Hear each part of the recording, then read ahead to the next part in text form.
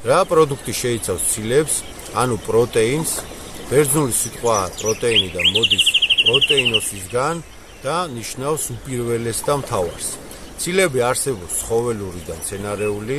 ცხოველური ცილებია თევზეულში, საქონლის ხორცში, ფრინველის ხორცში, კვერცხში, ძის პროდუქტებში, ხოლო მცენარეული ცილებია თესლეულში, მაგალითად თხილეულში, არის მაგალითად კიდევ პარკოსნებში, ლობიო, ოსპი, ბარდა, ასევე ბრინჯში, ბროკოლში და ქინუაში კიდევ.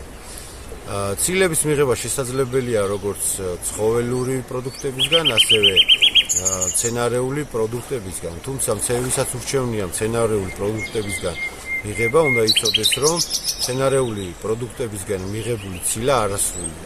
20 ამინომჟავისგან, რომელიც ჩვენ სხეულში ქმნის ცილას, 11 გამომუშავდება ჩვენი ორგანიზმის მიერ, ხოლო 9-ს ვიღებთ პროდუქტებისგან. ცხოველური ცილები შეიცავს 9 ამინომჟავას, რომელსაც უწოდებენ სრულს, ხოლო მცენარეული პროდუქტებისგან მიღებულ ცილას არასრულს, რადგან როგორც წესი 1 ან 2 ამინომჟავა აკლდებათ ხოლმე, გამონაკლისია ქინუა.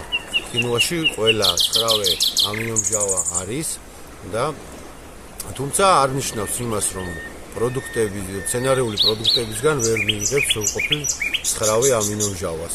უნდა მივიღოთ მრავალფეროვანი პროდუქტი და რა თქმა უნდა ხარისხიანი. მე ალექსი ვარ, დაბალანსებული კვების კონსულტანტი, ვისაც სურს წონაში კლება და ჯანსაღად ყოფნა, დამიკავშირდით, მე აუცილებლად დაგეხმარებთ. ცილები ყველა ადამიანს ესაჭიროება, არ აქვს მნიშვნელობა სპორტსმენია თუ არა. სტანდარტული მონაცემებით 100 კილოგრამზე 130 გრამია ნორმა დღიური. ნორმები იცვლება სქესისა და ფიზიკური აქტივობის მიხედვით. ცილები ნახშირწყლებისა და ცხიმებისგან განსხვავებით ორგანიზმში არ ინახება, არ კვდება. მას ორგანიზმი ენერგიის გამომუშავებლად იყენებს და ხარჯავს. ცილების ნაკლებობამ შეიძლება გამოიწვიოს განწყობილების გაუარესება. ცილები აუცილებელია სეროტონინის სინთეზისთვის. სეროტონინს ეძახიან ბედნიერების ჰორმონსაც. ასევე ცილის ნაკლებობამ შეიძლება გამოიწვიოს ფერყლთალობა, ფრჩხილებისა და თმების ცხრევადობა. ასე რომ მიიღეთ ცილები, მეტი ინფორმაციისთვის დამიკავშირდით, ვისაც მძიმე წონა აქვს და აწუხებს, დაგეხმარებათ.